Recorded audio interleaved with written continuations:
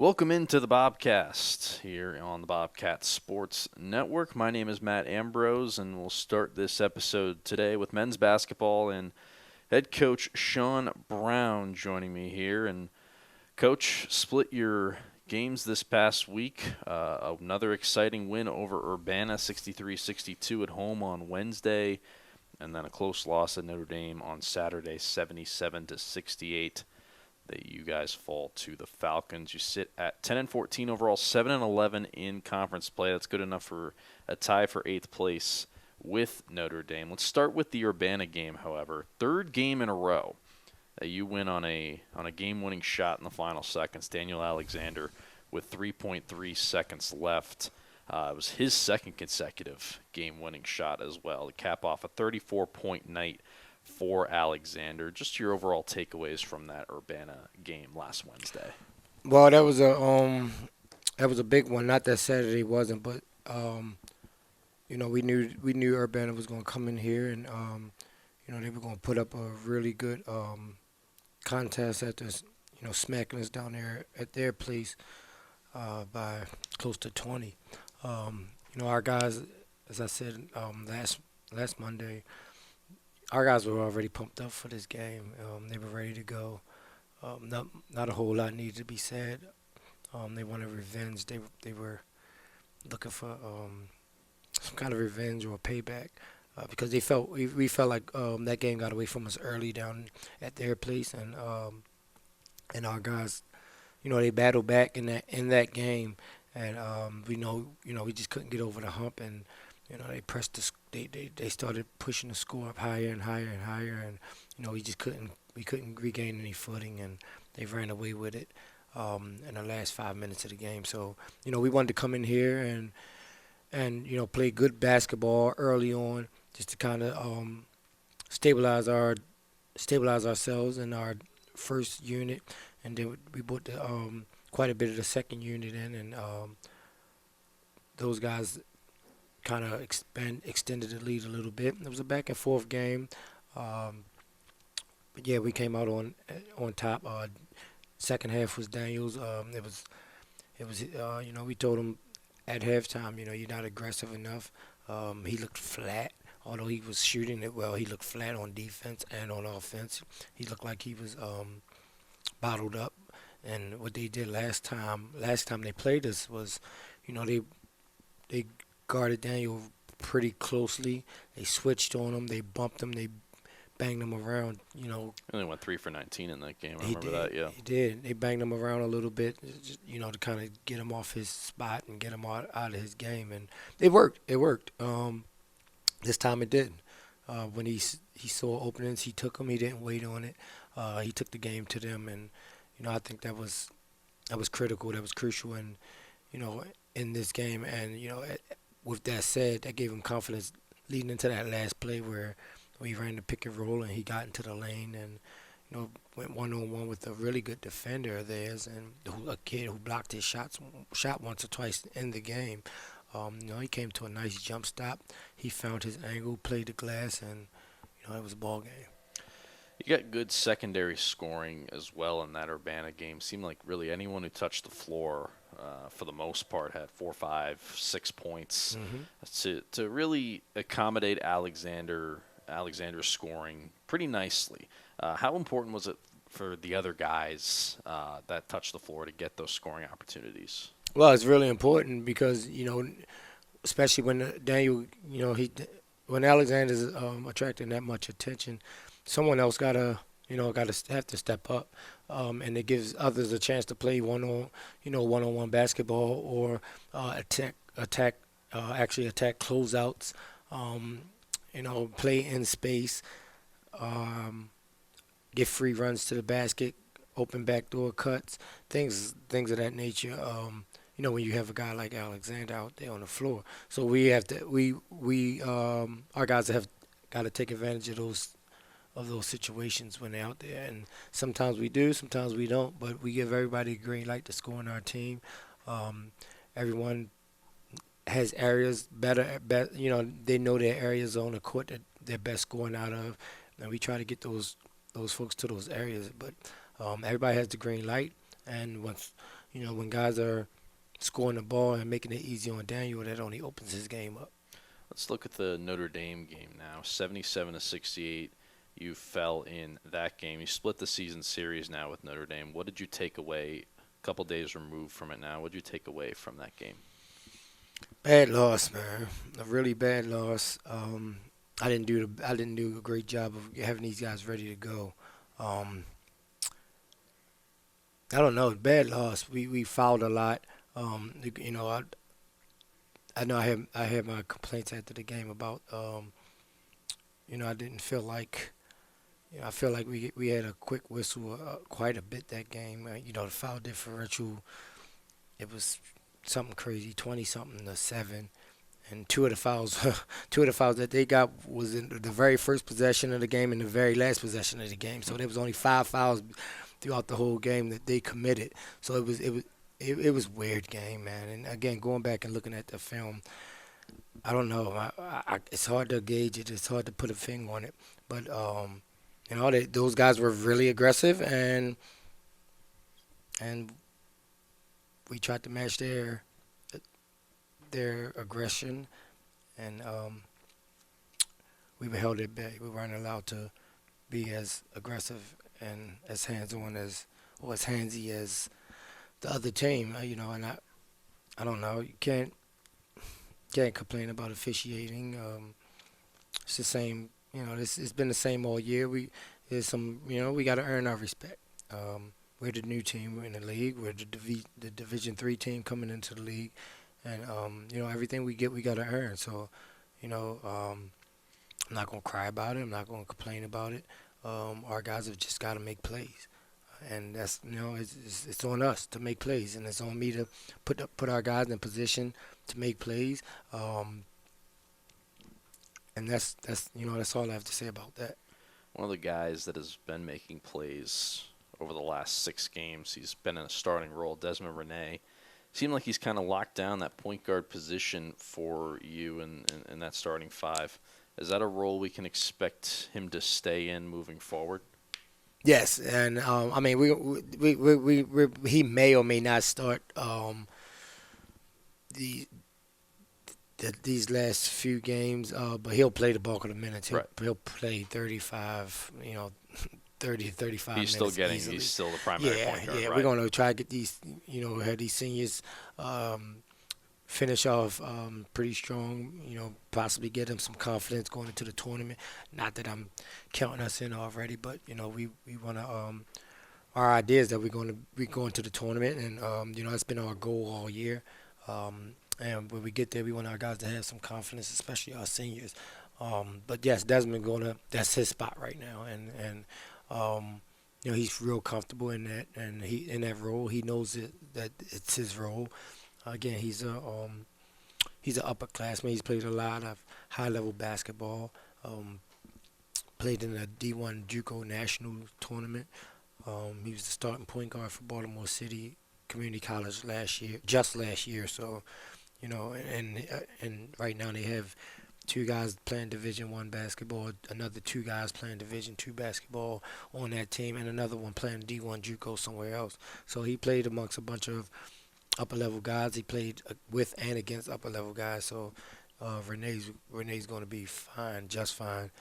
He's just getting his footing, and he's hitting his stride. This is no better time than now to be getting his confidence to be at an all-time high, and him to be hitting his stride. And he wants to learn.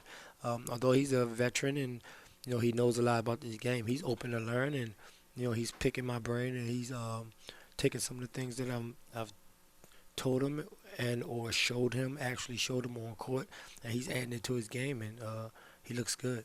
Now, the shots will fall. I know his shooting percentage hadn't been as high as it was early in the year, but he's getting good shots, and he's getting into the lane. He's getting good stuff for us. He's filling the stat sheet. I can't. Renee's been great for us down the stretch, and yes, he'll be playing the bulk of the minutes. Even if he doesn't start, you can look for him to, unless he gets hurt or whatnot. You can still look for him to play anywhere from 30 to 40 minutes every game.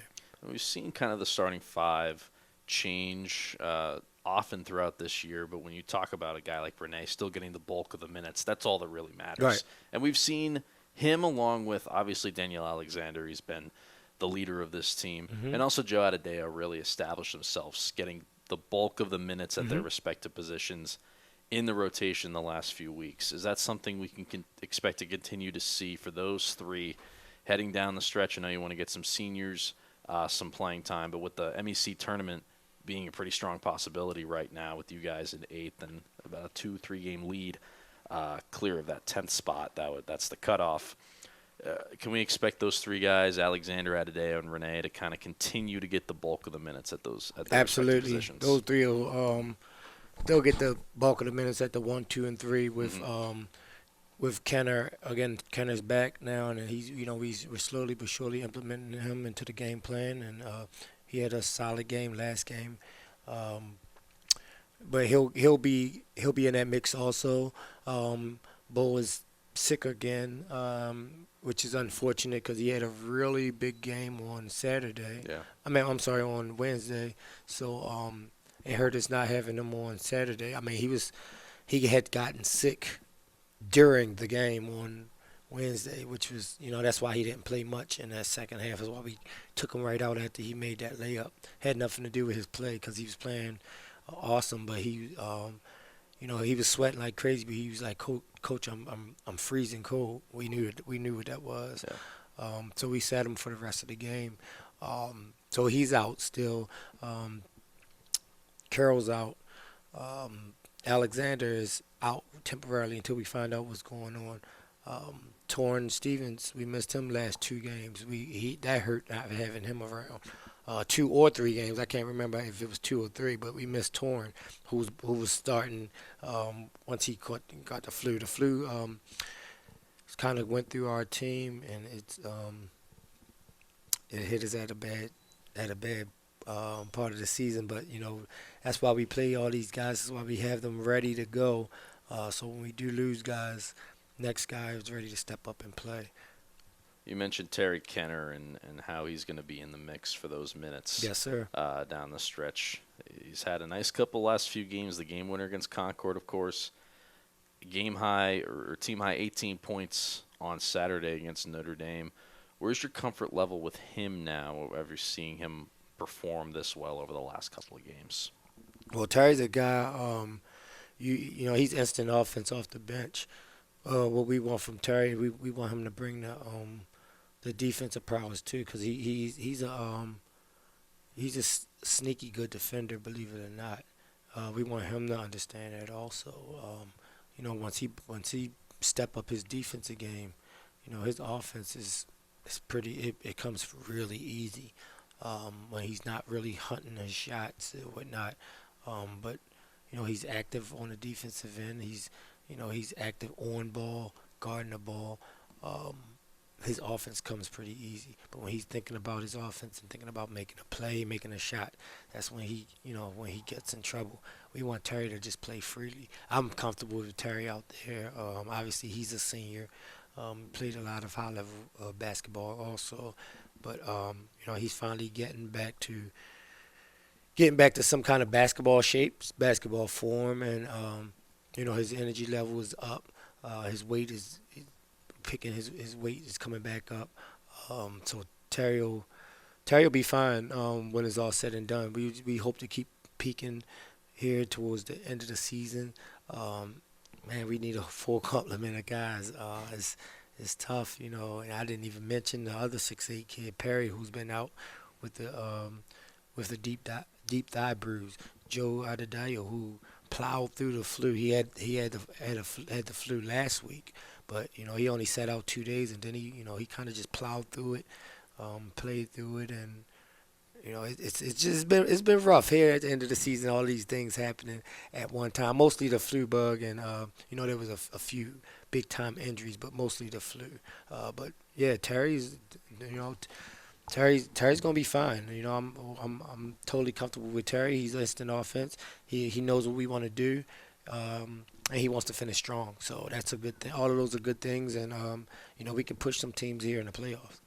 4 regular season games remaining for you. and your team. 3 of them are at home. The first 2 are West Liberty on Wednesday, Wheeling on Saturday. What are you telling the team going into this week to get them ready for those games? Number one, I'm telling them to wash their face and hands as much as possible. And that's kind of been a common theme over the last 3 weeks. Once we heard the football team, some guys on the football team was sick. It's going around. And then, we simultaneously, one of our guys got sick, and then we heard that some guys on the football team got sick. So I'm telling everybody, wash your face and hands for the last 2 or 3 weeks. And then just like that, it kind of went through our locker room, and now it's going through the baseball locker room. It's it's something that you can't duck. But yeah, that's the first thing I'm telling guys. Wash your face and hands as much as you possibly can. No handshakes, fist bumps at the most. But yeah, we telling guys, stay hydrated. But number one, stay healthy, get some rest, stay hydrated, keep fluids in your body, and and keep your hands and face clean. That's number one. Next. We're telling guys, we want to go out and play the same kind of ball that we played our last 3 home games. We're going to come out against West Liberty, and we're going to go hard at them. We want to win 3 straight home games again, another 3 home games. Obviously we worked on beating their press, but we also worked on, once we beat their press, what are we going to do then? I'm not ready to disclose that right now on air, but once we beat their press, we got to make better decisions. Because last time, early on, we beat it, but then we kind of, we were like, okay, we beat the press. Now what do we do? So they're running up on the sprint and back tapping. They're they're closing out on our guys, blocking their shots. And all we had to do was be patient and play basketball. So we're telling guys to go out and be confident. Play their game, play Frostburg basketball, and however we come out, as long as we play hard, we'll live with the results. Well, Coach, looking forward to seeing you and the team this week. Best of luck to you and the guys. Thanks a lot. Hopefully we can get another streak going for you guys. Back here on the Bobcast, presented by the Bobcats Sports Network. Women's basketball up next here with head coach Carrie Saunders. Coach, coming off pair of losses this week at home to Urbana, 66-59 the final, and then traveled to Notre Dame and fell to the Falcons in that game. I want to start with the Notre Dame game because I know the score, 80-58. It looks like you guys were out of it for the most part, but in that third quarter, you were down by as many as 24. You cut it back down to 11. You were able to fight and get back into that game. Went on a 21-8 run to cut it down to 11. What does it say about this team that they were able to stick with it and get back within striking distance?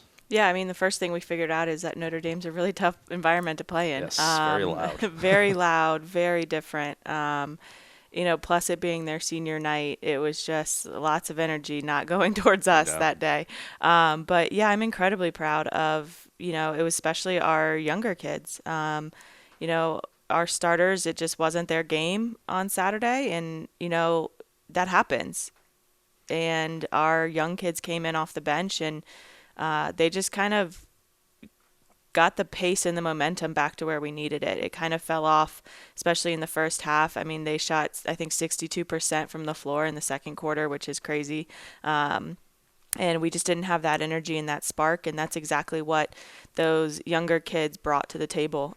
They just kind of played fearless, and they were, went out, there's nothing to lose, let's go, and that's exactly what they did. And, the thing that I got from that is our future is incredibly bright. For us to be able to put a bunch of young kids out there and they perform the way that they did, I couldn't be happier for that outcome. One of those young players is Caitlin Rogers, a first year, and I asked you about her after the game on Saturday. Back-to-back games with 13 points for her last week. Had 5 steals against Urbana, a game we'll talk about in a second. She kind of saw her playing time fluctuate a little bit to start the year. Didn't play till about a month in, but she's starting to become a steady force in your rotation. How have you seen her develop throughout this year? Yeah, like I said, briefly after the game she's a kid that works incredibly hard every day. And actually for her, it was getting her to just slow down a beat in certain situations. Obviously, it's great for her to go fast in majority of the situations, but there's also some where she just needed to settle And that's exactly what she's been working on, and she's done a great job. For her to come in and just be fearless, and that's the thing that I love about her. I'm building her confidence that she is more of an offensive threat than what she thinks she is, especially shooting from the outside. If she works on it, especially through the summer, there's nothing that kid can't do, and that's what I'm trying to tell her, that she's not one-dimensional. She's not just a kid that goes in there and runs around and gets steals, that she can also score, she can distribute. You've got to be ready because that kid will fire a pass at you at any second, and her passes are sneaky. She's just a kid that comes into practice every single day, and she's the same. Her energy's great. She's funny.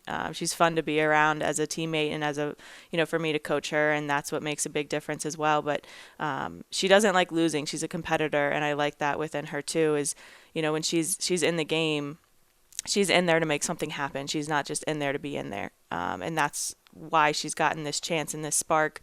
And 2 back-to-back 13-point games for a kid that hardly got off the bench in the beginning of the year is just a testament to her. That's how your freshman year goes a little bit.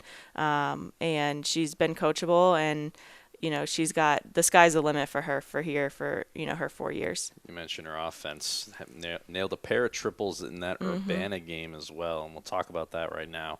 It was kind of similar to coming back late as it was in the Notre Dame game. You were down 10 as late as 8:46 to play in the fourth. Quick 8-0 run to get back within 2. So, you never had the lead throughout the game, but you guys were right in it for all 40 minutes. What were your takeaways from that game? Yeah, we were in it. And, I think the biggest takeaway was why can't we get over this hump? We cut it to 1, I think, after it was after the technical free throws, and I turned to my, the 4 that were not shooting. And I was like, we've cut it to 1, let's go.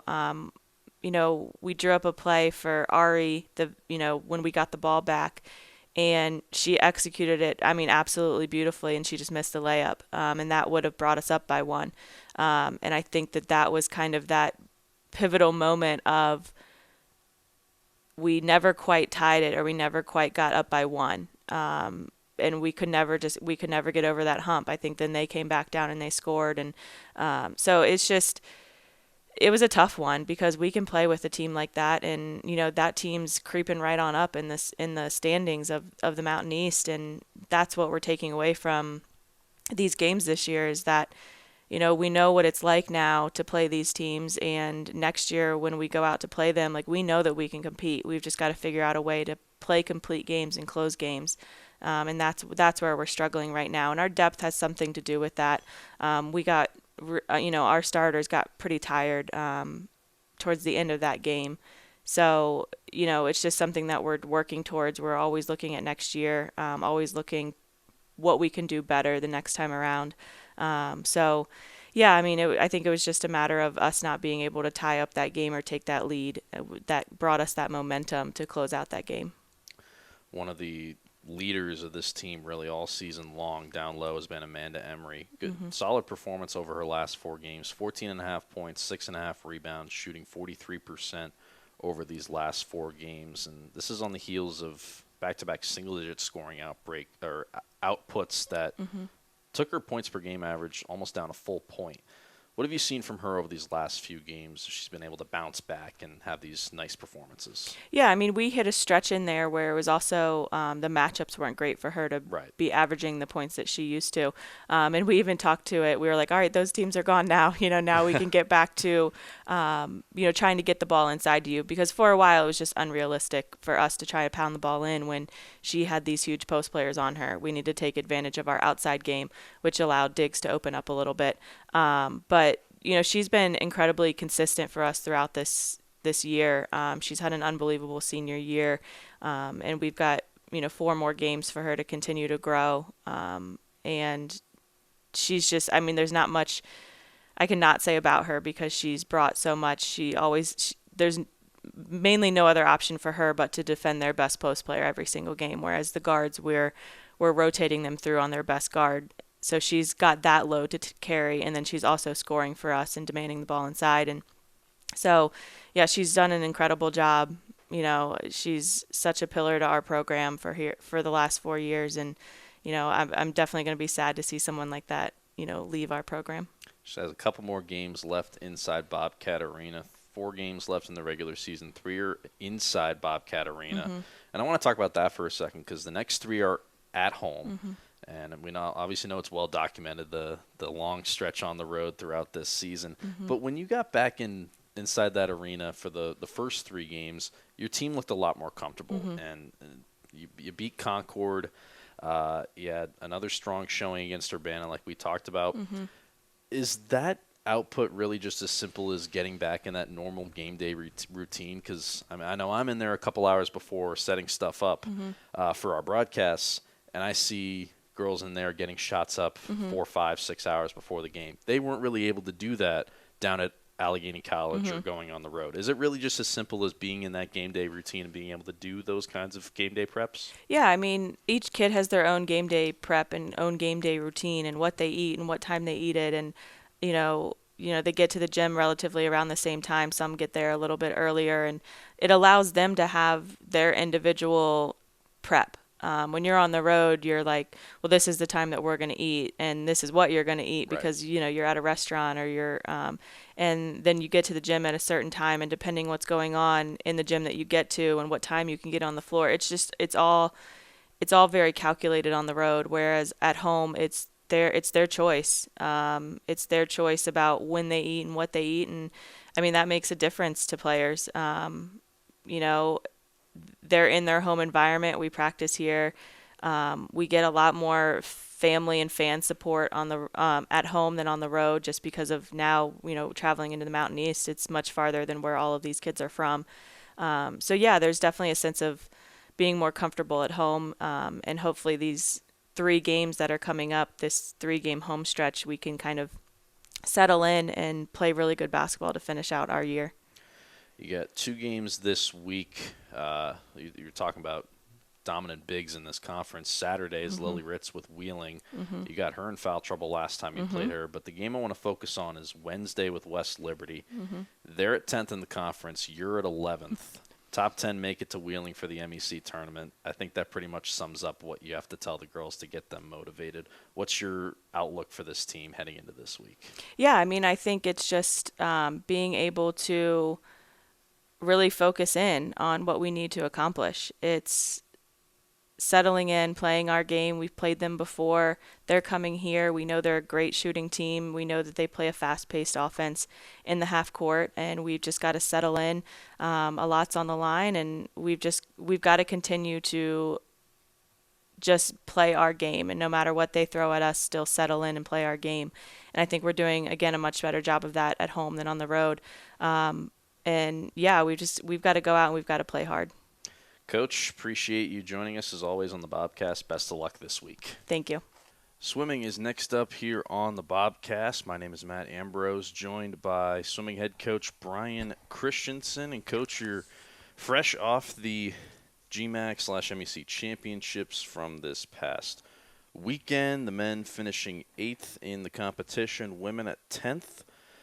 Just want to get your overall takeaways when you reflect back on the weekend. Yeah, absolutely. Well, thank you for having me here. It's always a pleasure to be on the Bobcast for, I guess, probably our last one for a while. Yeah, probably. We'll have an ECAC cast. I would assume so. I think you'll talk to. It'll be Brandon next week. Yeah, that'd be great. But to all your listeners at home, it's always nice to invade your living rooms with the sweet, smooth voice. Anyway, we did a really great job. It was an exciting meet. We had a lot of really great swims from a lot of people. I think it was good to see a lot of work paying off for some of these kids. A lot of drops. I was looking at it. We had 86% lifetime bests for the team. At least 86% of people on the team swam at least one lifetime best in something, and then 95% had a season best time. And so basically, it was one person who didn't, which was a girl who actually was coming off a concussion, which I think is a pretty big exception. That we were pretty much batting 1,000 on season best, which is good. It's good to know that our taper works and that we are doing well when the time comes. But that was exciting to get a lot of really great swims, a lot of really head turning swims that were exciting. Anthony Giuseppetti has been one of the top guys in the pool really all season long. First team All MEC in the 200 backstroke on Saturday. I know the phrasing of the first team All MEC because you have the two conferences competing at the championships, but among the top MEC finishers in the 200 backstroke and several other events throughout the week. What did you see from Anthony? Yeah, for the folks catching up at home, we actually have it was like a combined conference meet because the Mountain East formerly had only 4 teams that sponsored swimming. We actually are up to 7 now on the women's side, but we still kind of have a combined meet with the Great Midwest Athletic Conference. GMAC is definitely solid. They had some really good athletes. I think their teams are a little bit above the Mountain East. So a lot of times it's kind of, the phrasing is weird where Anthony swim faster than any other Mountain East athlete there, but he got like 5th overall. Yep. Because GMAC definitely brings some good athletes. So it's always like a weird feeling. It's like, I hesitate to call a Mountain East champion. I'm going to call someone a champion when they're like at the top of the podium. Mm-hmm. At the same time, like in our conference, nobody beat him, and he got second place to actually the same guy, Pedro Gaspar from Fairmont, in the 500 and the 200 free. And like our relays, we had 4 relays on the men's side that all got 3rd place amongst the Mountain East, like 6 overall, which is it's a good feeling for us for sure. But it's always kind of weird to be like, hey, 6, but kind of not really. I don't know. He was Giuseppetti, going back to him, was also part of that the relay team that had a lot of success. Brady Peterson, James Harmon, Quincy Page, 3rd among MEC teams in the 200 medley relay that came on Wednesday. Also performed well in the 200 free. It seemed like those 4, when they were the relay team out there in the pool, they were the 4 that were really clicking. Yeah, that medley was Anthony, James, Quincy Page, and then Luke Russell in the 200 medley. And then we traded Quincy Page for Brady Peterson in the 400 medley. Brady's 105 is a little bit faster. Quincy's 55 is a little bit faster, so we kind of went with that. That was a record I never thought we would break ever. Christian March was on that record, doing like a like a 26-second 50 breaststroke. He was obviously went to nationals a couple years back. Which was amazing that we ended up sneaking under that by 2 100ths, which was a really great feeling. And it's Brady and Anthony were both on that relay 2 years ago that set that record. It's a testament to how much they've improved over the last 2 years. Not Brady, but Quincy. I'm getting mixed up too. Yeah, you're good.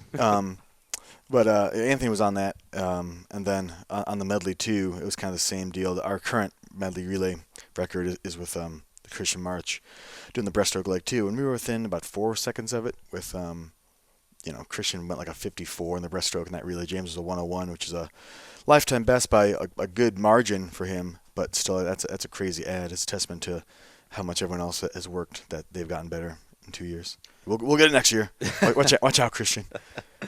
Let's look at the women's side here as well. Megan Culbertson, one of the seniors on your team, good top team finishes from her.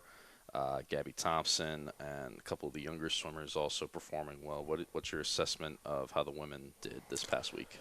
It was good. Gabby, I'll give a lot of credit. She had a lot of difficult races, 2 a.m., 4 a.m., 200 fly, 200 breaststroke. She ended up being our leading individual scorer on the women's side, and Megan was actually second by 1 point, our runner-up with that. And similar, she was in breaststroke and the 200M as well. They had good meets. They were some really good swims. It was good to see things come together for them, especially in that IM. It can be a grueling, especially the 4 a.m., I think one of the biggest tests of an athlete.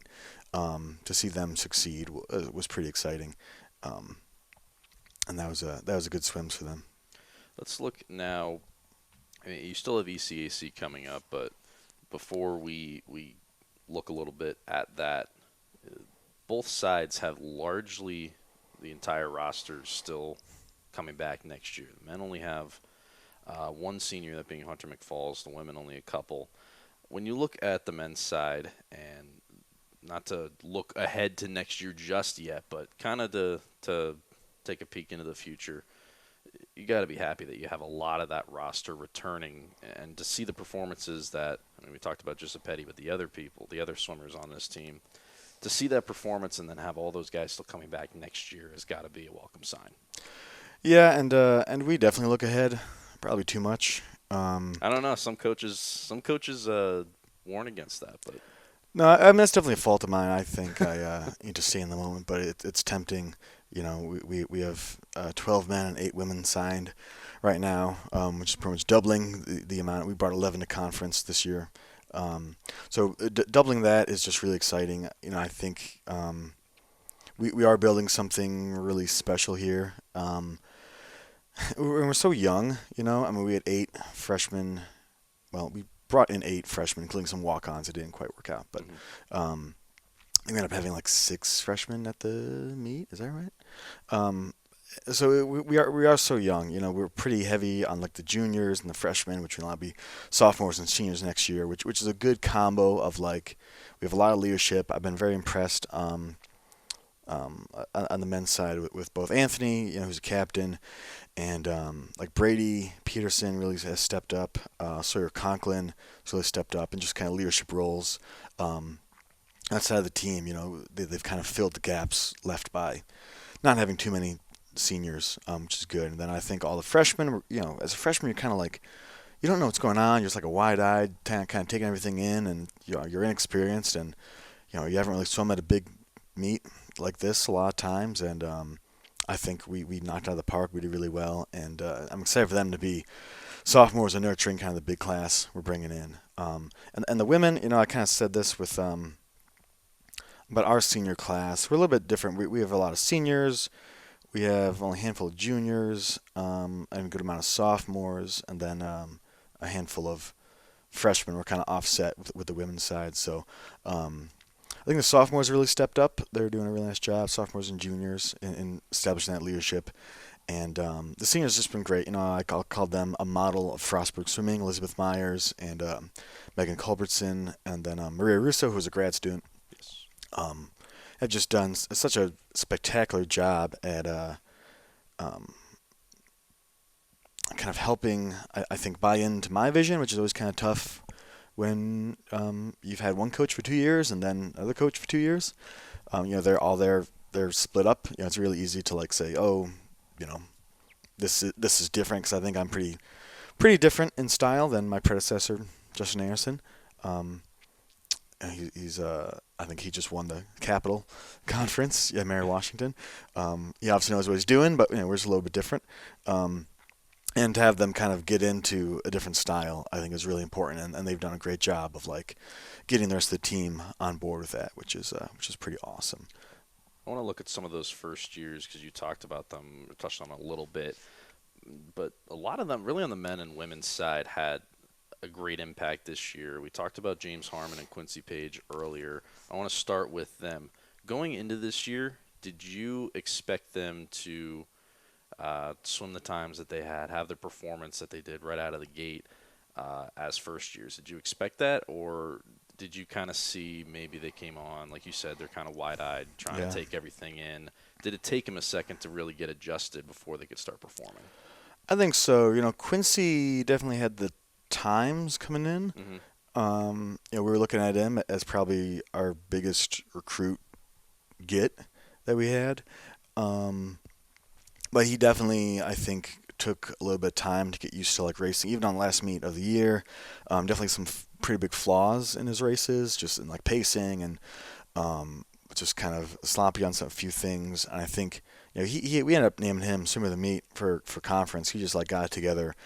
You know, there's no one else, I think. I mean, we had a lot of great swims, but race after race, he came over. And I think I gave Quincy more high fives than anybody on the team. Just, you know, big smiles. You know, a lot of big thresholds he burst through, which was really awesome. You know, James was definitely good.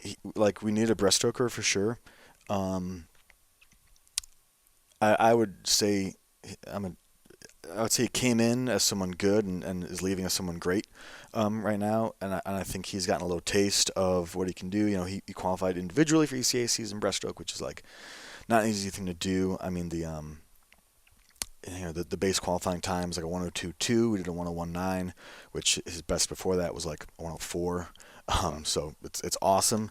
He was just kind of like, listen, I want this goal. I'm going to get it and do whatever it takes. And I think he's gotten this taste, and he's just excited for next year and more challenges. And I'm so pumped to watch him roll. A couple of the first years on the women's side as well that have jumped out a bit. Raina Sisson, Sydney Koval are just two that have performed this year. What's been your assessment of some of the newcomers on the women's side throughout this year? Yeah, Raina Sisson we've leaned on a lot. Also graduated Emily Turner last year, one of our number 2 all-time backstroker, number 2 only to Daisy DeMonte, who also graduated last year. So losing number 1, number 2 in the backstroke is like a big gap. So Raina, I think, did backstroke pretty much every meet this past year. She actually I was just looking at our kind of some stats. She tied Megan Culbertson for most amount of first place finishes for the year, which was awesome. She definitely struggled a little bit at champs. I think maybe the kind of bigness of the meet got to her a little bit. I think it took for a while to settle in, but actually her 200 backstroke was like her last race of the weekend. She got a lifetime best, which was awesome. That was like my favorite swim where it finally came together. She won her heat after I think she was like 3rd or 4th going into the heat after prelims and won her heat at finals, which was just such an awesome thing to see. She finally was like swimming like she can swim, playing to her strengths, she's just a fantastic kicker, a fantastic underwater person, which she kind of, I don't know, maybe nervousness or just kind of psyching herself out a little bit. She finally settled down, and it paid off for her incredibly, which was awesome. I'll go to Maya Wilson, who did just a fantastic job in the distance events, and huge gap or huge drops. It was really exciting to watch her and Megan Hendershot, which have just been great training partners. Megan the junior, both Megan dropped like 45 seconds in her 1,000. Maya dropped like 25, which is like, oh, only 25. But Maya ended up being our fastest 1,000 swimmer. Megan edged her in the mile, which was just awesome. They have swimming faster than they ever have. It's a huge boost. And Sydney, she was the girl with the concussion who had trouble training in January, kind of the timing of that. But I'll give her a lot of credit for, there's no one who works harder on this team or has like a smile on her face despite dealing with like a ton of adversity and not really being where she wanted to be. But it just didn't get her down. She never like let it affect her where she could have just given up, but she picks, she goes like 100 fly, 1,000 5 free mile, like she's picking all these events that are not easy, but she did a really fantastic job with that. We've touched on it a little bit looking forward, and I know we still have ECACs coming up in about a week and a half, the 28th through the 1st. But before we get to that, when you look at both the men and women as a whole and what they can do going into next year, what excites you the most, really for just the whole program entirely? What excites you the most about where this program can go from here? I mean, I don't think there's any limit to where we can go. I think that I think both the school and the program are attracting some really talented athletes. I think we're a place that people want to be. I think we're a culture of that it's that hard mix between like fun but also work. We need to work hard, we need to be great teammates to each other, but also like be able to have that fun atmosphere and know that like work is fun. I think it's taken us a long time to get there, but we're starting to do it pretty well. And I just think people are responding to the team. People want to come here. They want to compete. They want to be serious swimmers and serious athletes and serious students as well. And to me, it's all about the student experience. we could be first place, we could be last place. If we're having fun and just encouraging each other, then we're going to have a good time. Again, ECAC championships, February 28th through the 1st of March. What can we expect to see from those couple days of competition? Well, we actually set a bunch of records at this meet last year, which was kind of surprising. It's always tough to kind of, it's both, I don't call it like a physical letdown, but like maybe physical and certainly an emotional difference than champs when you're with like everybody and it's all just like a big, ECACs, there's like 25 teams. They're all, half of them are like D1. It's such a mix of like maybe D2 and D3 kids that are kind of like it's a reach meet for them. Yeah. And then it's like D1 kids from Bucknell and Marist and Ryder and Army and Navy that basically are just not making the national team and getting some kind of postseason meet. So it's like the worst kids on really good teams and the best kids on other D3 and lower level teams. So it's such a weird mix. But despite all that, we had just a fantastic job last year. I think we set like 3 team records at that meet. Maddie Weinberger last year, her final swim as a Bobcat was a team record 200 breaststroke. Emily Turner, 50 backstroke, leading off a team record 200 medley relay last year, which was just did great. And Daisy DeMonte, we're talking about Emily, Daisy, and Maddie more than the class of 2019. It's good to reflect. Yeah, Daisy ended up dropping like another second from where she did a conference in the 100 freestyle. We had a really good meet, so we were definitely knocking on the door on some relay records. 2 free, which has been a long time. I think it's been a record on the board since like 1993. We're about a second off that. We're about a second and a half off the 100 free too. So, we'll see if these guys can come together and drop a couple tenths and get some good swims. And that's always fun. But really, it's a chance to just get another crack at a lot of these things and kind of have not that much pressure. Maybe do something weird. Try to push some starts. Not really worrying about like a DQ or something. Just because we don't have so much pressure where we gotta like perform well. It's a nice chance to just have some fun and hopefully swim fast.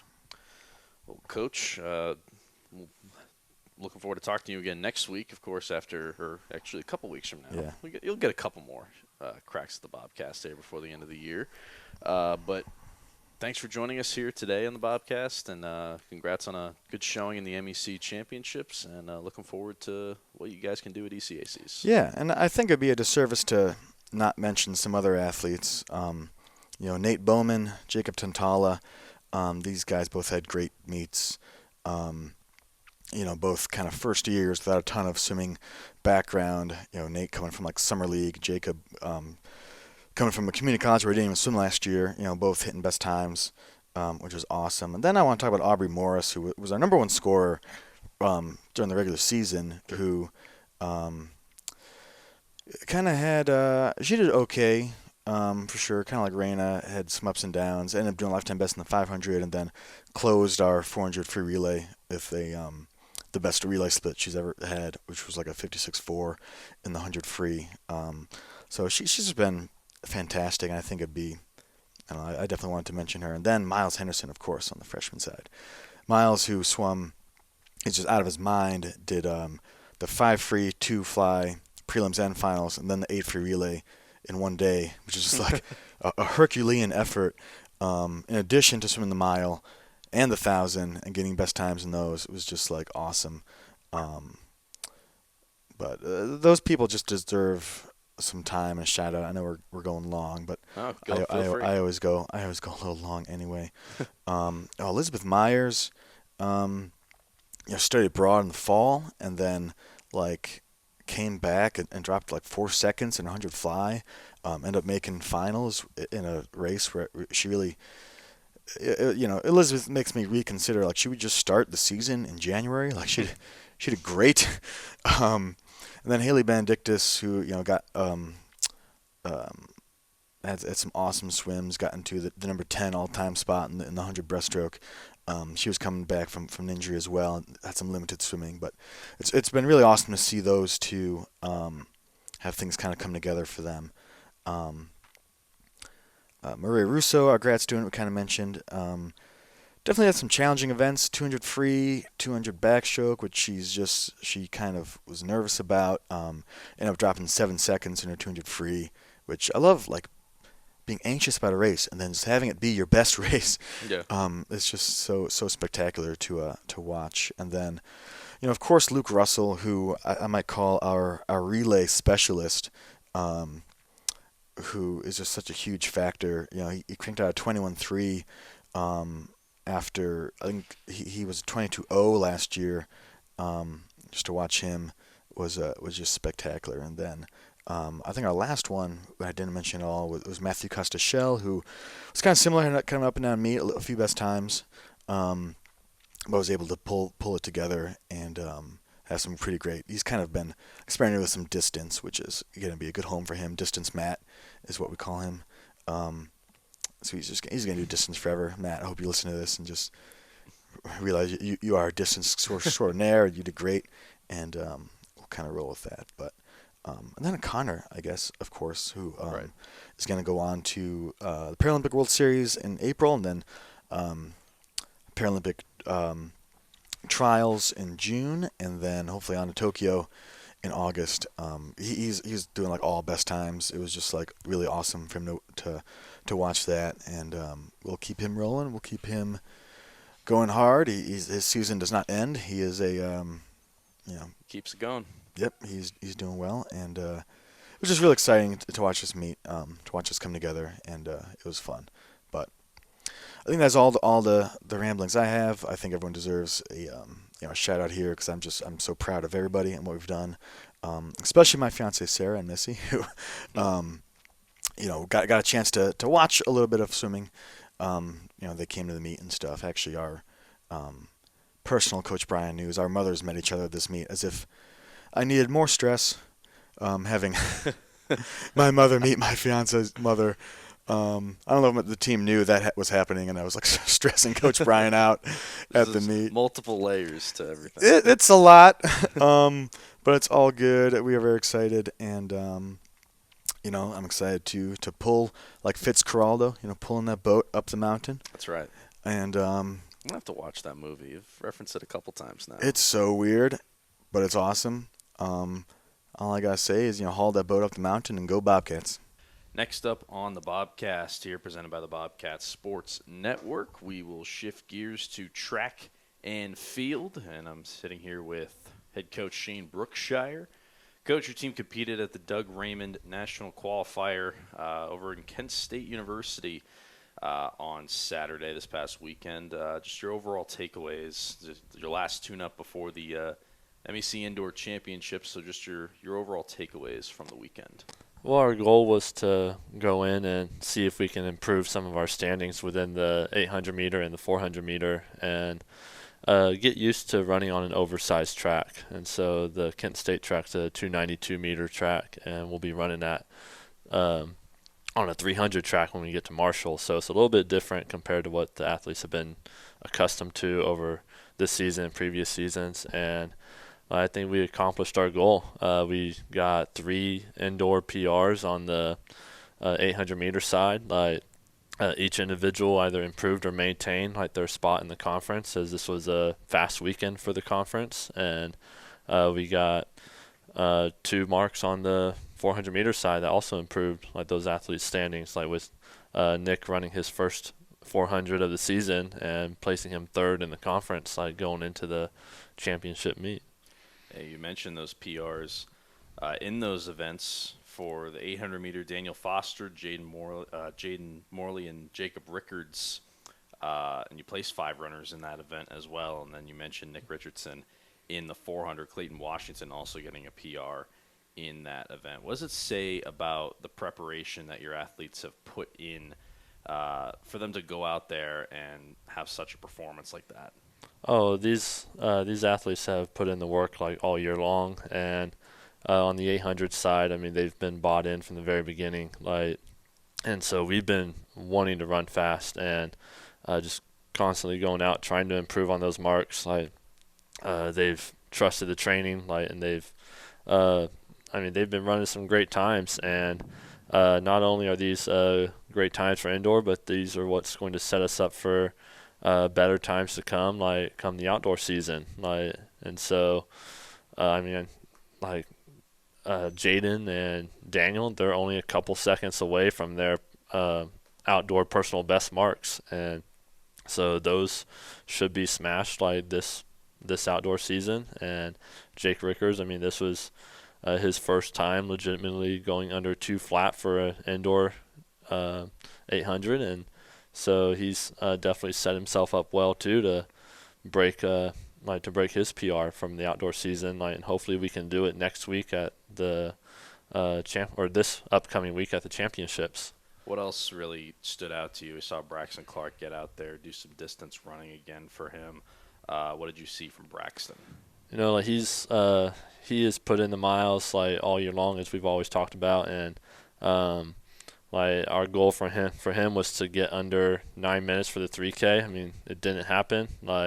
3K is not really his forte of an event. Like he's definitely more of a 10K type runner, and so his greatest performances will come during the outdoor season. But this week was another solid week out of him. I mean, he was only a few tenths of a second away from his PR in the 3K, and he put in a lot of fight. Like he opened up faster than what he's ever opened up before for a 3K, and he went after it. And it just didn't happen. But the work that he's put in is what's going to pay off. Come outdoor season when he's able to get into his 10K racing and onto some better tracks for a 5K.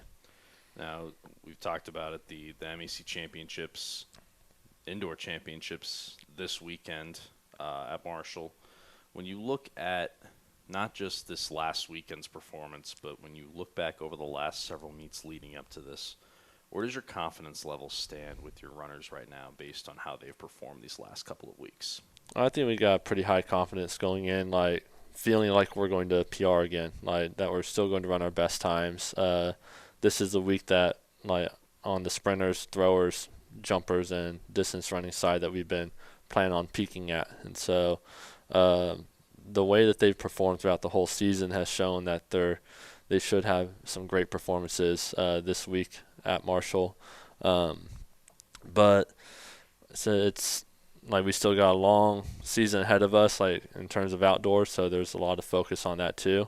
We're just hoping to go in and try to walk away with some individual championships in the throw side and perform well in the other event areas. And I think in this 800, we should have an opportunity to score several points and make some surprises there, because this is a deep conference for the distance events. And if we can go in and we should have 3 guys in the 800 at Marshall. If we can go in there and try to steal some points away, that's going to show the conference that we're here to be a competitor.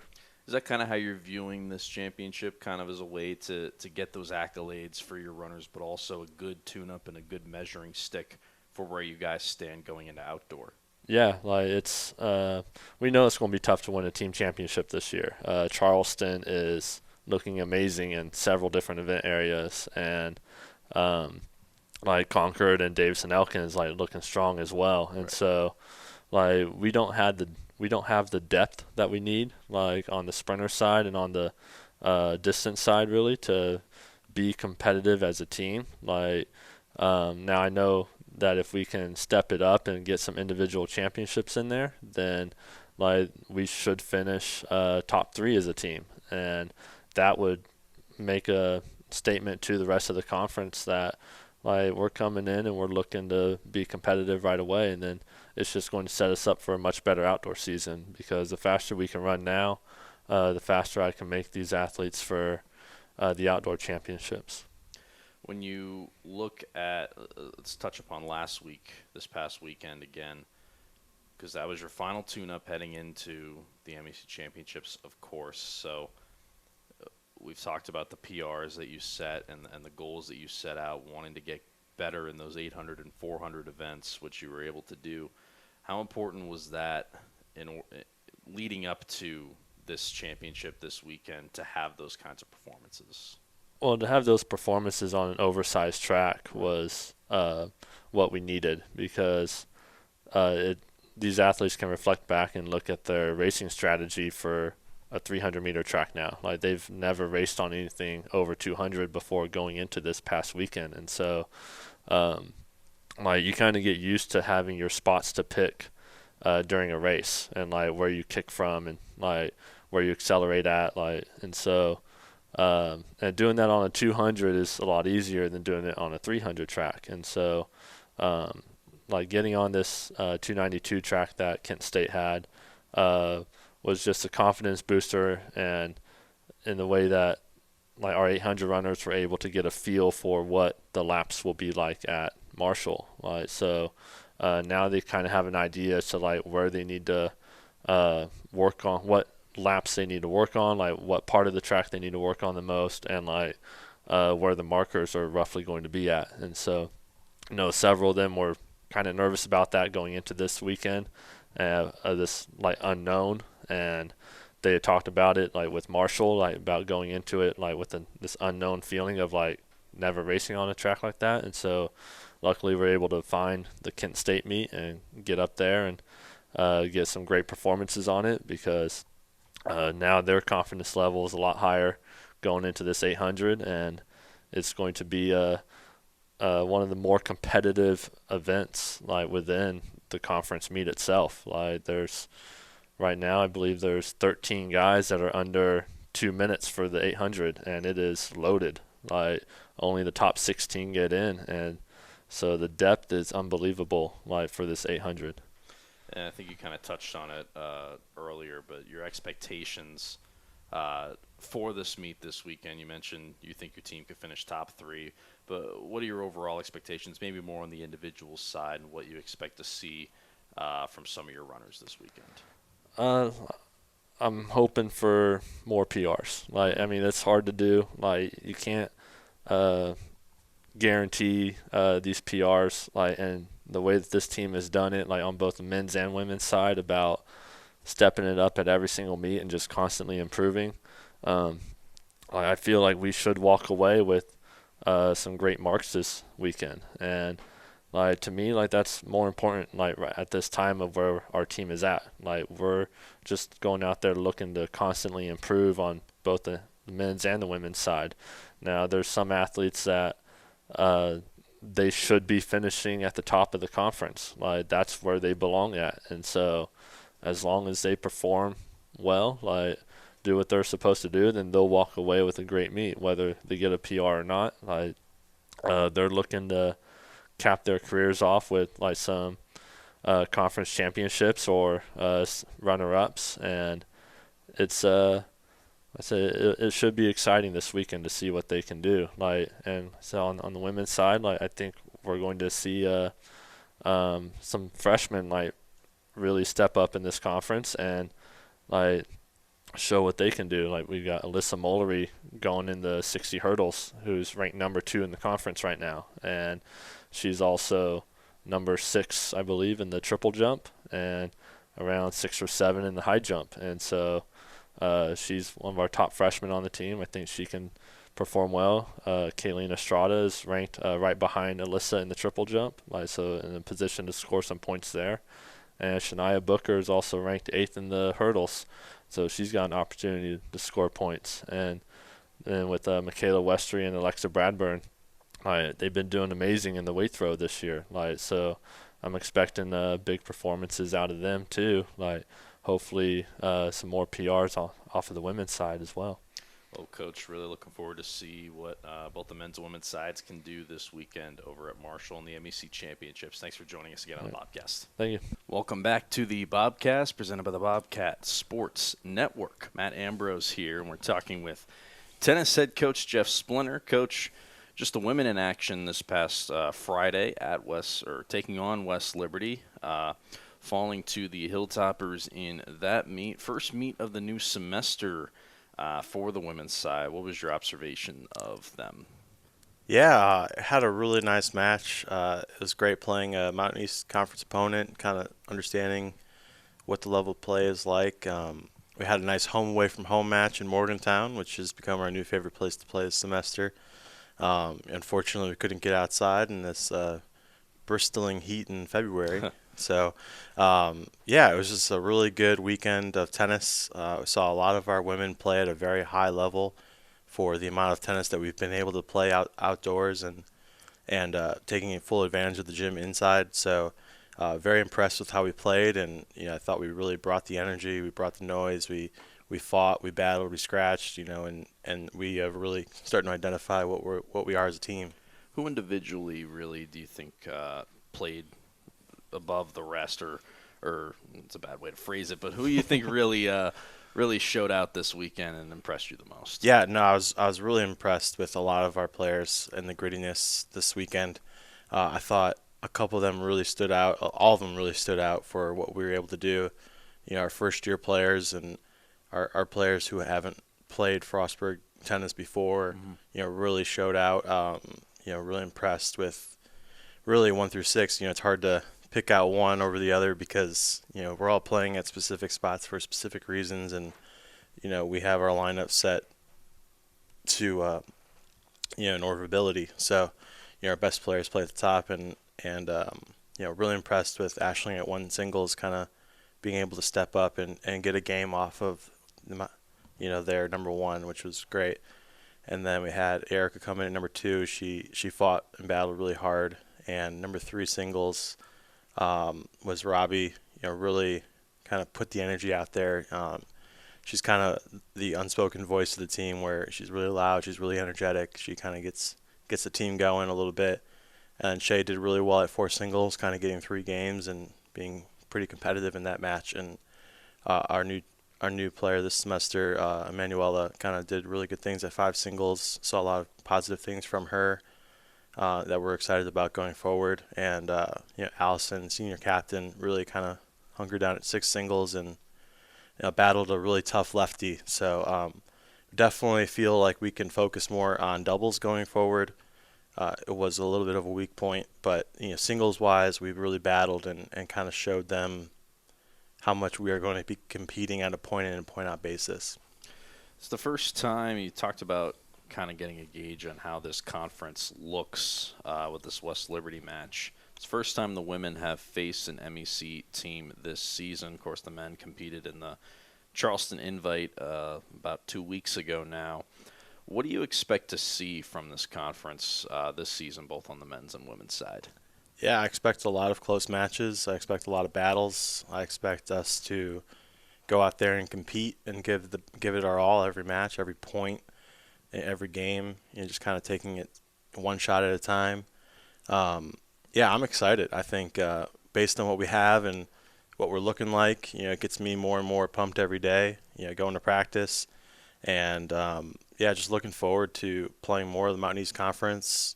Our next couple of matches, we have some Division III opponents that we can really kind of gauge where we have come from and where we're going, and kind of pave a new path for us going forward.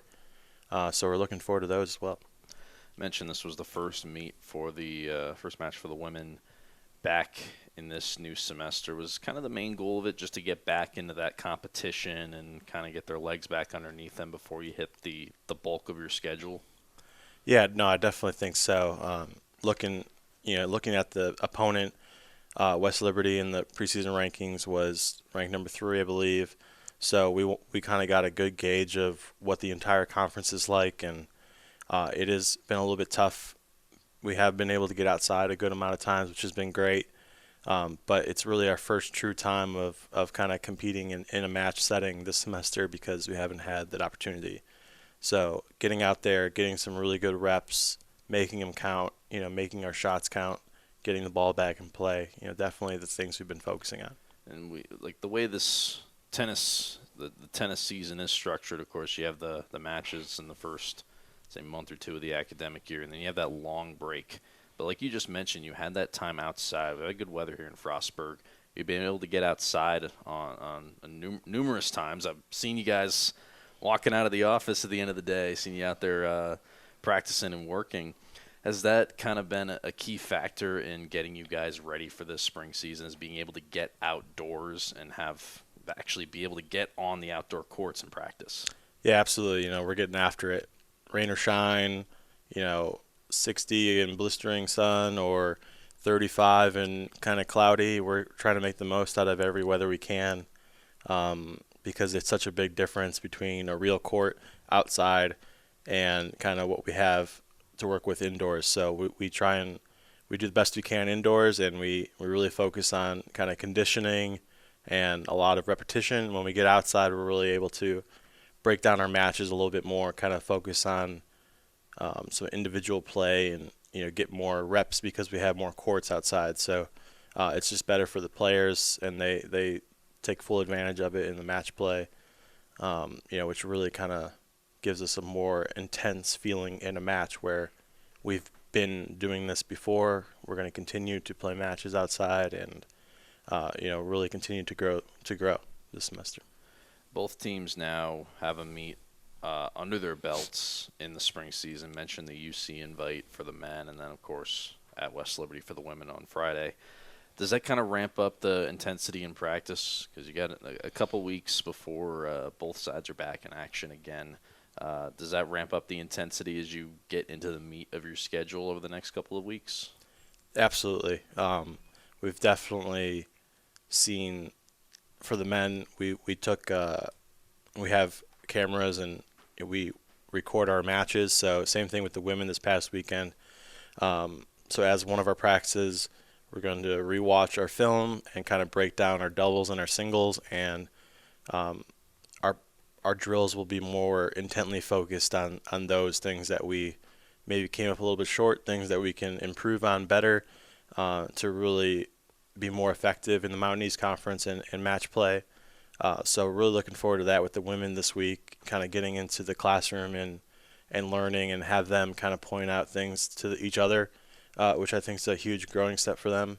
And looking forward to continuing to build off of those shortcomings and those successes we had this past weekend into future matches.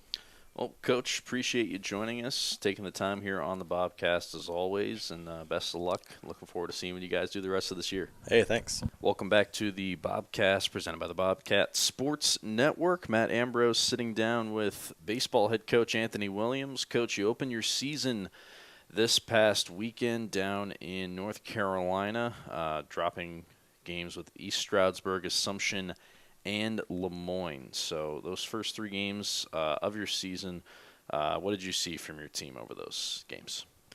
Well, one of the things we walked away from after the weekend was the fact that we had two freshmen start on Saturday and gave us chances to win, and I think that was encouraging for us. That's kind of the first thing that jumps off the page. We knew we were going to be tested.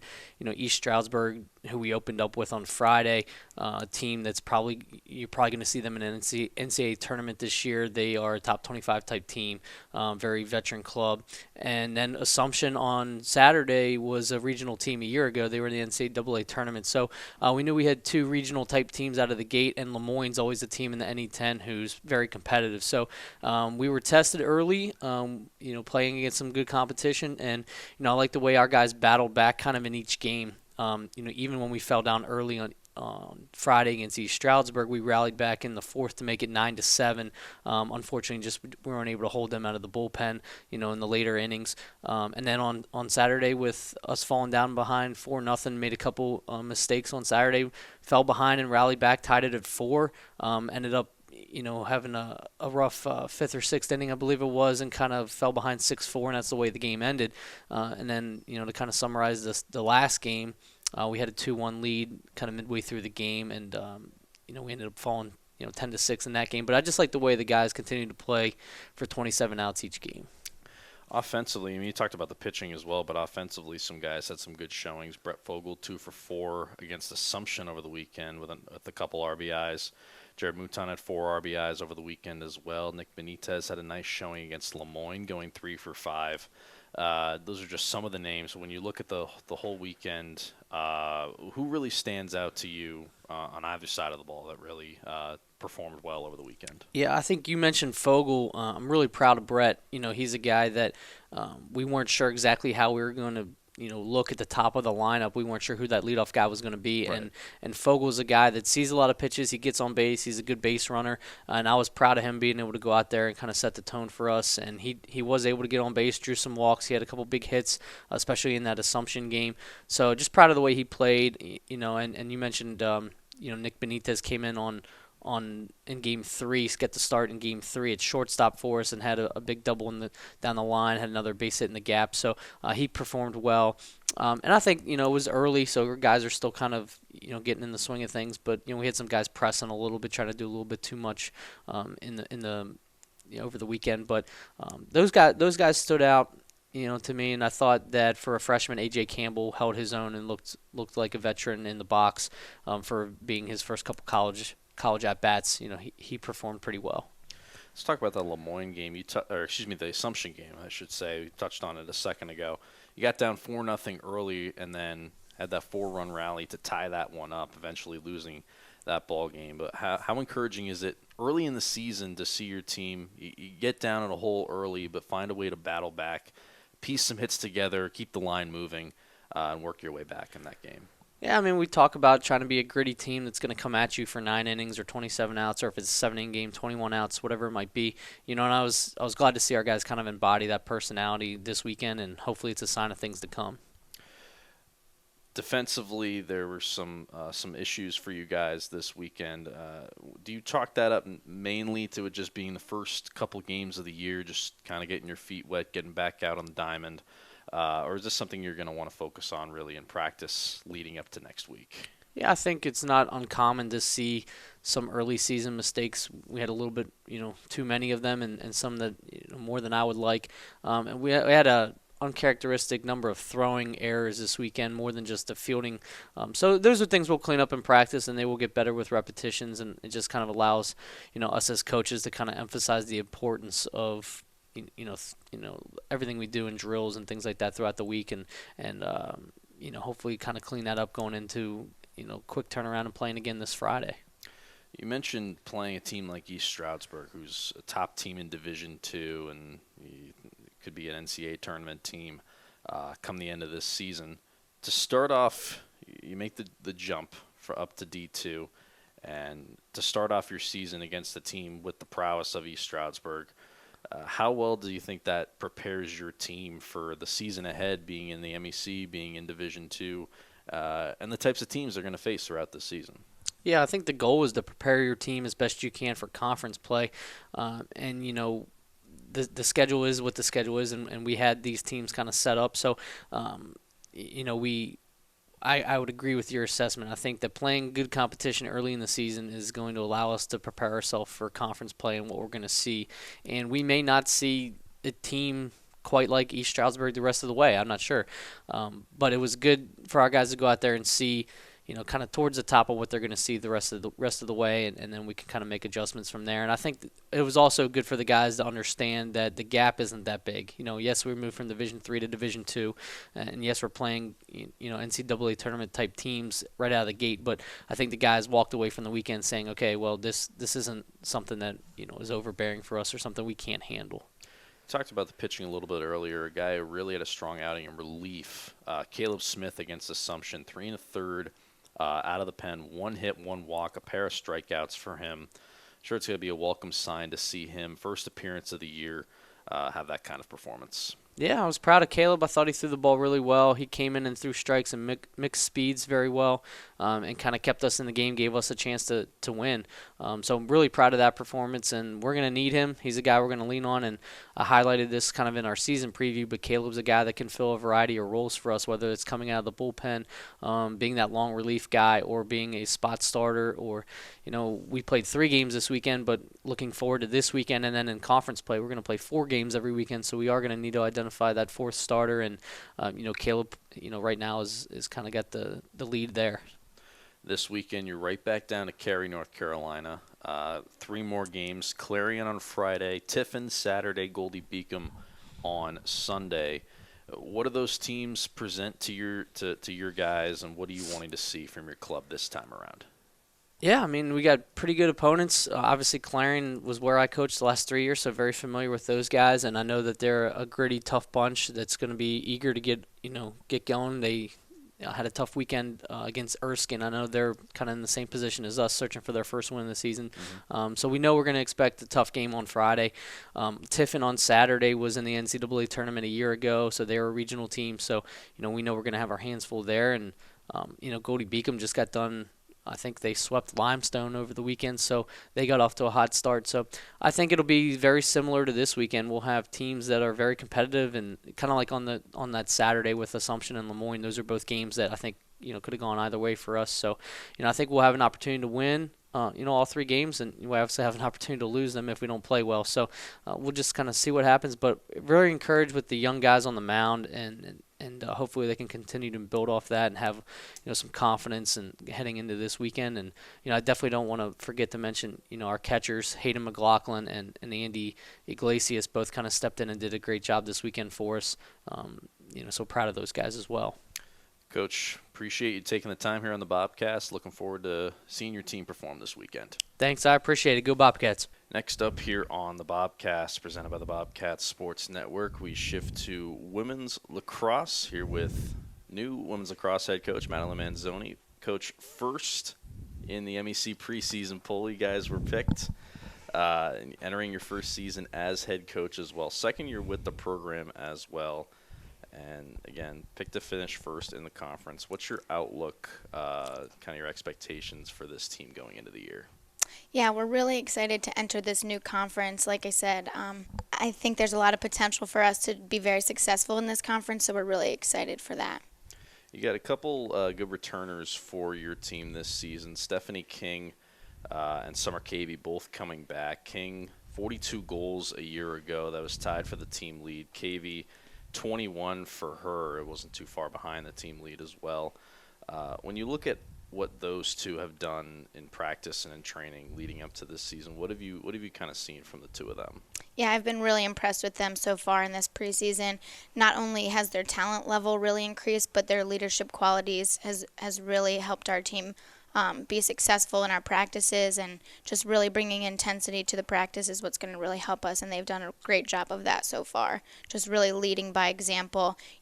Obviously they've been really successful in the past, so they're kind of using that to help them in leading some of our younger underclassmen. Talking about those younger underclassmen as well. 10 first years on the roster this season. Nearly a third, or a little over a third of your roster is made up by first years. When you look at some of those newcomers heading into this season, which of those players really stand out to you the most? On the offensive side of things, I'm really excited to see all that Cammie Schneidwin has to do. I think she's going to be a big contributor to us on the attacking end. Same thing with Lily Stevens. They've been really aggressive and kind of taking in all the advice and coaching techniques that I've given them so far. So I'm just really excited to see how much they're going to grow this year. On the defensive end, I'm really excited to see how much Mara O'Neill is going to produce. Her leadership and her intensity is really helping bring our defense to the next level. Lily Stevens helped us out with the Bobcat Sports Network as well, so shout out to her as well for helping with that earlier this year. But going back to your team and kind of what we're going to be able to see on the field this season, the style of play that your team kind of brings to the table, what do you want to see in terms of the style of play from your team that's going to lead to you having success? We've really tried to focus a lot in this preseason defensively, because I think that was something that we really need to amplify a little bit, put a lot more knowledge into our defense. We have very new goalies, so we need to help foster some leadership at the defensive end, but just really bringing a more aggressive style play defensively to help keep the ball off of our defensive side and kind of keep the ball in the hands of our attack players. When you look at last year in the CAC, your team was battle tested. You had a lot of experience against teams in the top 15 or finish in the top 15 of the final D3 rankings last year, including your alma mater, Salisbury, finished national runner-up, did that team. How much do you think that experience against those highly ranked teams helped you to get ready to make that jump to D2 in the MEC this season? Yes, I think the competition in the CAC was definitely something that was very challenging for our team. But again, now that we're going into the Mountain East Conference, I think we're definitely prepared. I think that level of competition prepared us very well for our new conference. I think that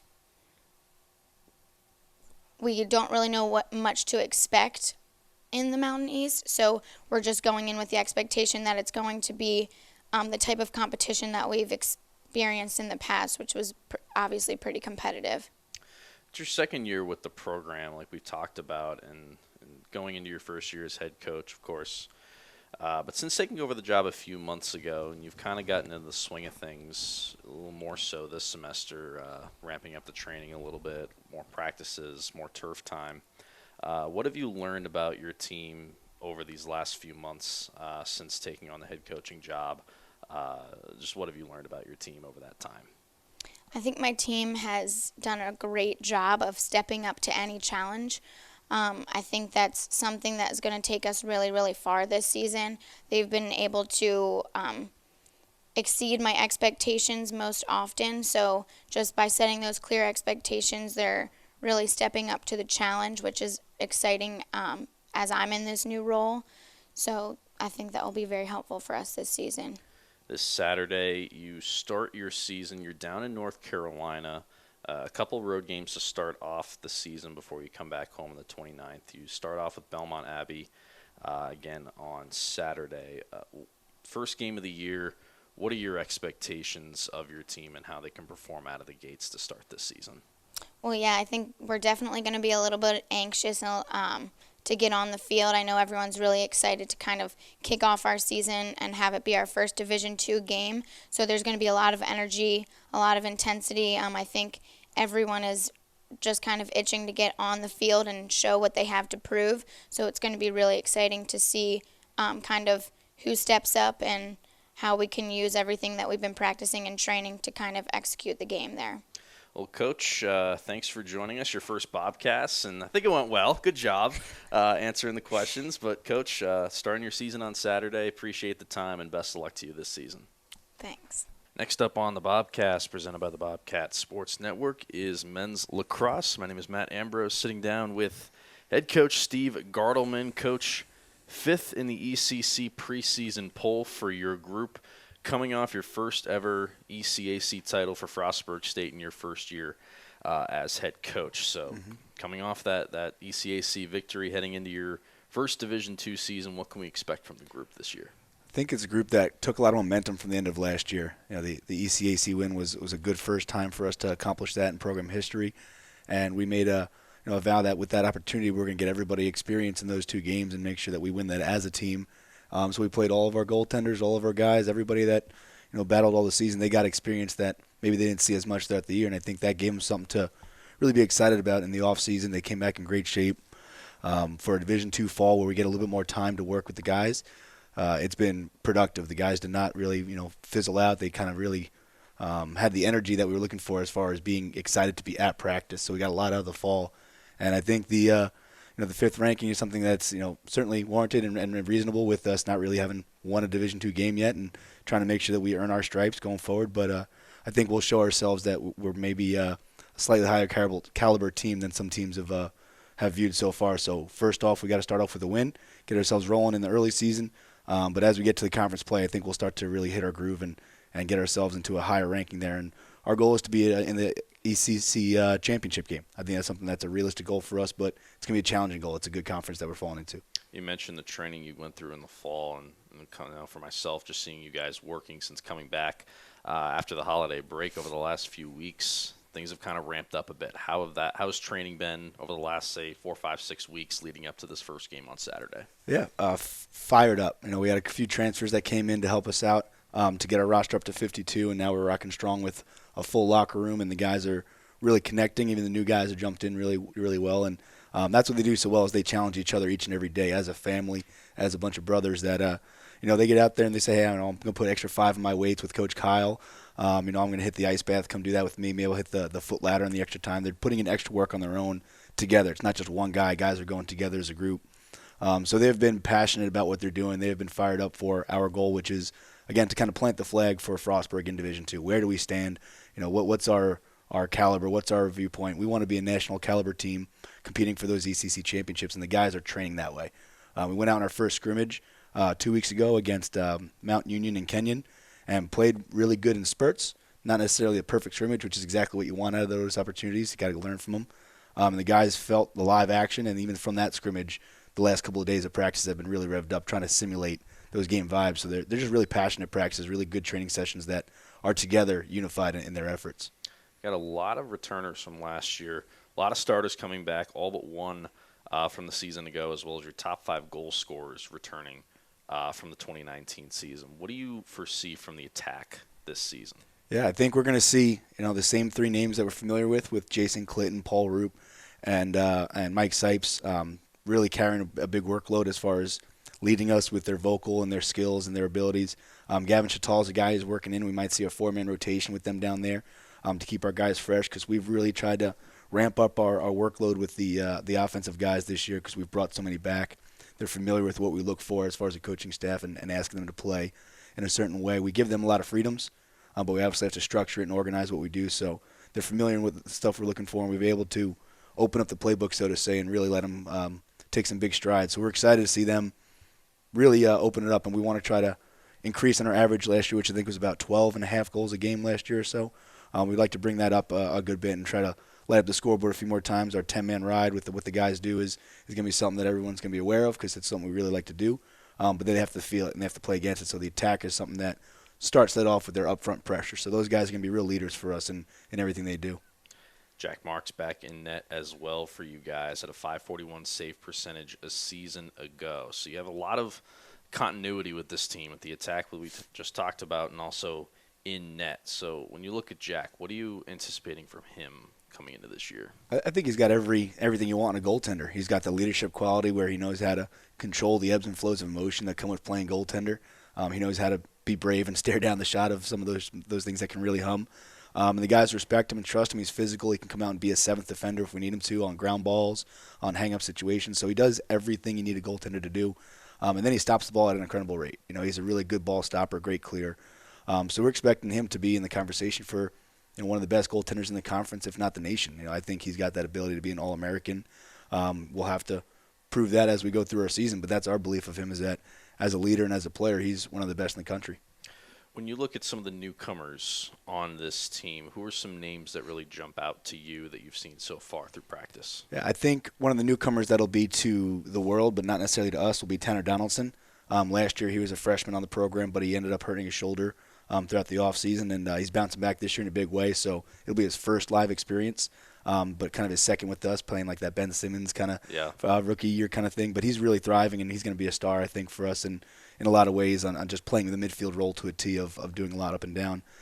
Chase Buckwalter's another guy who's been really showing out and making a lot of plays for us. He's a midfielder from Westminster High School over in Maryland, and as a freshman he's really thrived and just plays really the up-tempo style we want and really scrappy style that we want to see. And then we'll probably see a lot more from Matt Sharkey as a sophomore coming in, but even Cade Price at the Faceoff X is a new name we'll probably see a little bit up there. Sam Natfig is a returner, and he's going to do great for us. He was a stud last year, but we got a little deeper that year, so we're really excited to see those couple of guys in the mix with Chase.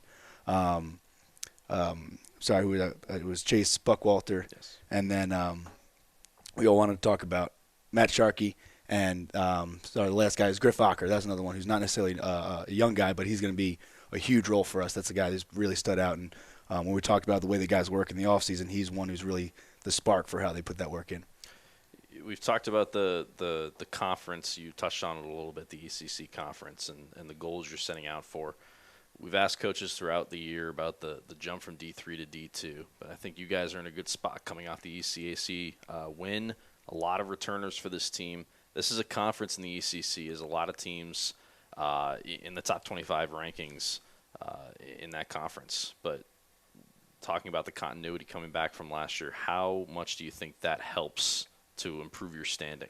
It's really going to be integral for us to be so familiar with each other. From when we hit those adverse moments, there's always those couple of times hitting the season where, maybe we don't play as well or maybe something dramatic happens and we have to work through the adverse moments.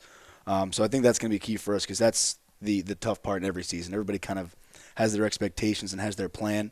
And if it all goes as planned, we win all of our games. Right. But when the things go south, and I think us being so cohesive and together and really being the family that they talk about and that they preach, each and every day, it's not just words, it's actions and how they go about their business. So I think that's going to let us get through the roller coaster of the season because it's never going to be perfect. It's never going to be how we plan. So doing that is going to be really important because we play a very unscripted kind of game where we let them work through the flow of the game. I think the new shot clock rule enhances that where it's pure flow. You almost can get a consistent amount of reps or possessions each kind of game. So we got to really see these guys thrive in the sense of connection is their key. And if it's not there, we have some structured sets they do well in. But I think just getting over those tough moments and being together is going to be the key for us to be the new kids in the block. And, when people say whatever they say or do whatever they got to do to, go out and win a game, we'll be able to get through some of those hiccups and come out on top, I think. Open your season on Saturday. You get to start here at Bobcats Stadium, and you're taking on a school you're a little familiar with, Lake Erie, a team That's you right. used to coach. What can we expect from this team first game of the year right out of the gate? Yeah, they're a talented group. That's they play with passion and fire. I think they're guys that have always been together. It's something that as a coach, I like the family nature of trying to coach up that way where we're in it together, and they embodied that. We embody that here, and so you're going to see them care for each other. You're going to see them stick up for each other, and they're going to work hard to make sure this one counts. They don't want to lose to new kids on the block as the D3 team coming to D2, and I certainly think that there's some sort of extra incentive there with a familiar face on the other side wearing a different color. So you'll see a good fight from these guys. They hunt ground balls. They work hard. They're physical. They're fast and they're talented. So it'll be a day that hopefully our two styles collide in a good way for a good lacrosse game because it should be one of those similar minds, similar styles, and we're both playing with a little extra passion. So that's what we'll see. I think they're going to be very fired up, very ready to go, and they're skilled on the offensive end. So we'll see a lot of goals on either side, I think. But our defense should be matching up pretty well, and Jack Marks, as we talked, is going to be someone that should have himself a lot of opportunities to showcase himself. Well, Coach, appreciate you joining us on the Bobcast and looking forward to watching you throughout the year. Yeah, thanks for your time. Back here on the Bobcast here, and I'm joined by softball head coach Bill Vasco. My name is Matt Ambrose here, and for the softball team, picked 4th in the MEC preseason poll heading into this season. And, Coach, coming into your second year now here at Frostburg State, when you look at your team going into this year, what excites you really the most when you look at this group? I think the thing that excites me the most is that now the majority of our players have been around under myself and the coaching staff for over a year now, and we had the opportunity to actually spend more time with our players in the fall with the transition to D2, but we really didn't have much of an opportunity to do much last year in the fall because I got hired so late. So just being able to spend that time and kind of develop our system and philosophies a little bit further and work with them, with more time. And, the weather was great in the fall to be able to get that work in and really move forward and have everybody progress and get better has been great. And, just the comfort level that everybody has now with each other, I think will settle us going into this opening tournament. Excuse me. Obviously, there'll be some nerves with the very first tournament, but just that familiarity that we didn't have last year gives us a little bit of comfort level, I think. 8 players back from last season's team. Amber Keene back, Aaliyah Ramey back as well. Keene with a .433 average in her first year. Very impressive mark for her. 6 home runs for her as well. Ramey coming back with a .328 average a season ago. When you look at those two and the other returnees on this team, what can we expect from that group? I think you'll see a lot of what you saw last year and just even more improvement. Again, the limited amount of time we had in the fall and the short amount of time we had to practice going into last year and kind of just doing things on the run a little bit. Now that we're comfortable with what we're doing and able to work on, some of the things where they could improve their weaknesses and make them strengths, I think you'll see them, come right out of the gate and be even better than what they were last year. And they'll be able to also provide some leadership on the field. We've got a fairly veteran group returning, so I think being able to go out there and just cut it loose on the opening weekend will be key. kind of goes back to that familiarity that you just talked about, Right. being able to play with largely the same group as a season ago. And then you talk about the veteran leadership on this team. Only 2 first years, Shauna Leonard and Brianna Powell on the roster going into this season. What roles do you foresee for those two?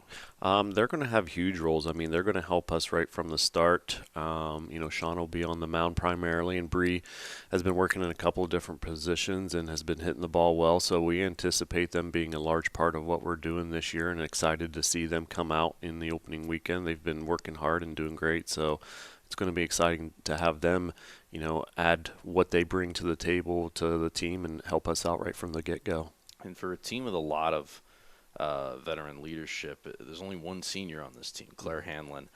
99 games in her career, 87 starts. What's in store for her senior year? Claire's just going to continue to do what she's done the last 3 years. She brings a lot of stability, especially to the outfield. She's consistent at the plate. She can do a variety of things at the plate. Just having her senior leadership on the team and being that calming voice that we need when things get a little bit rocky, she's going to continue to do all of those things, and we're really excited to have her continue and finish things out here in her senior year, and look forward to big things from her as well.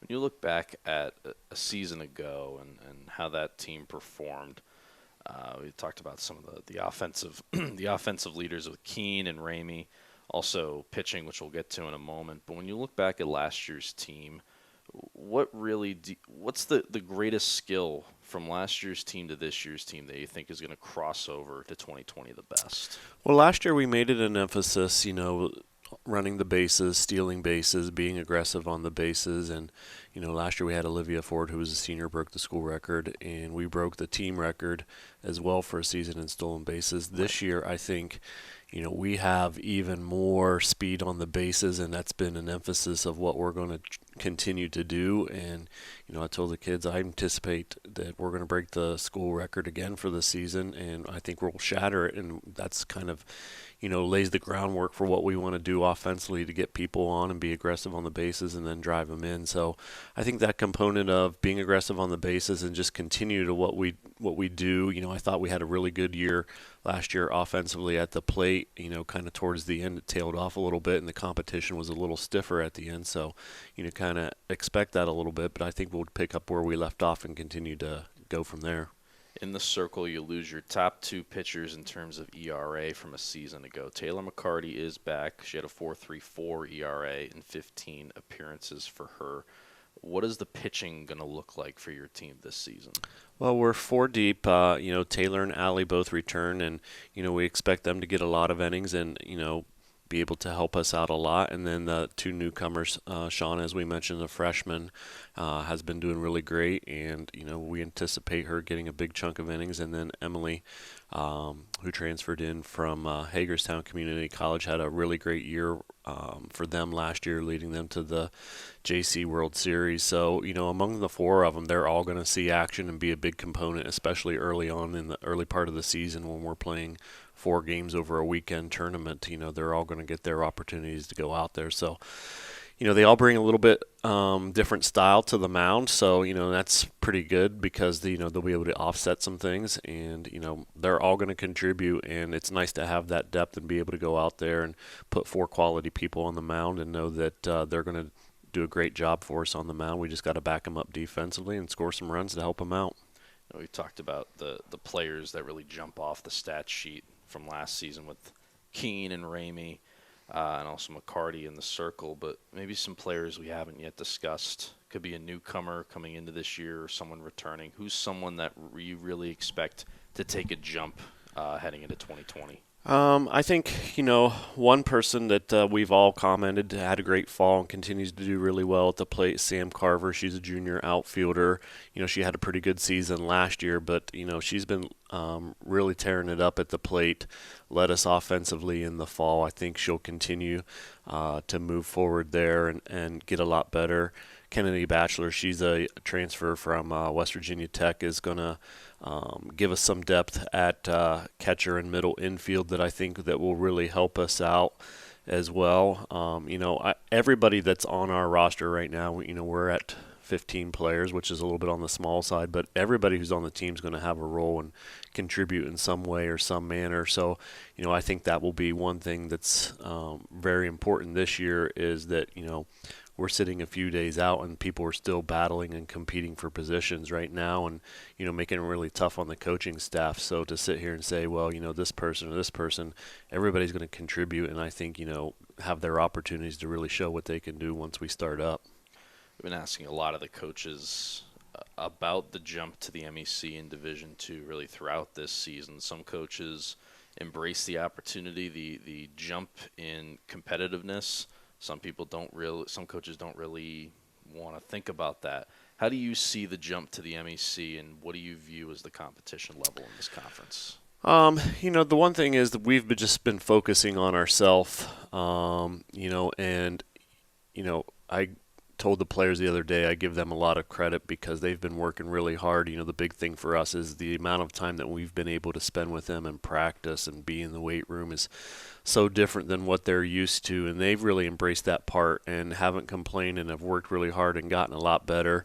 There's going to be a lot of unknowns for the coaching staff and the players, and the tournaments that we have scheduled at the beginning part of the year are going to be pretty tough, so it's not like we're just walking in and trying to schedule some easy games. We're going to find out right away kind of where we are with some of the competition we're going to, and I think ultimately that will prepare us for the Mountain East action. There's a little bit of change with Shepherd going out. West Liberty's obviously the top returning team after having won the tournament last year, and they're in our division. So, it's such a large conference that, the teams are so different and diverse that, kind of finding out where we fit in is going to be a season-long process. But more importantly, we're just focusing on what we do and, taking one game at a time. And I know that sounds cliche, but, we're just looking forward to opening up on Saturday and kind of moving forward from there and getting better and being better at the end of the year than what we were at the beginning and putting ourselves in a position to be in the conference tournament at the end of the year. Just as you said, a couple double headers for you and the team this weekend to open the season down in South Carolina. Emmanuel and Queens on Saturday, and then Emmanuel and Francis Marion a doubleheader on Sunday. What are you looking for from those games? We just want to be able to go out and, we won't have been on the dirt since October. We've been out on the turf field once. We're going to try to get out there one more time this year, and those teams that we're playing most likely have probably gotten in right around 10 games or more so far because they've been playing the last couple of weeks. So we're going to be going in right into a situation where we're playing some teams who are really good and experienced and also have been able to play this year. So we just want to go out. We're going to have some things that we're going to have to work on and kind of figure out in this first tournament, but just go out and be able to play hard and compete and, see where we're at right now and know what we need to work on to continue to move forward will be important for us. Coach Blavasco, thanks for joining us again on the Bobcast. I'm excited to watch your team throughout this season. Thank you.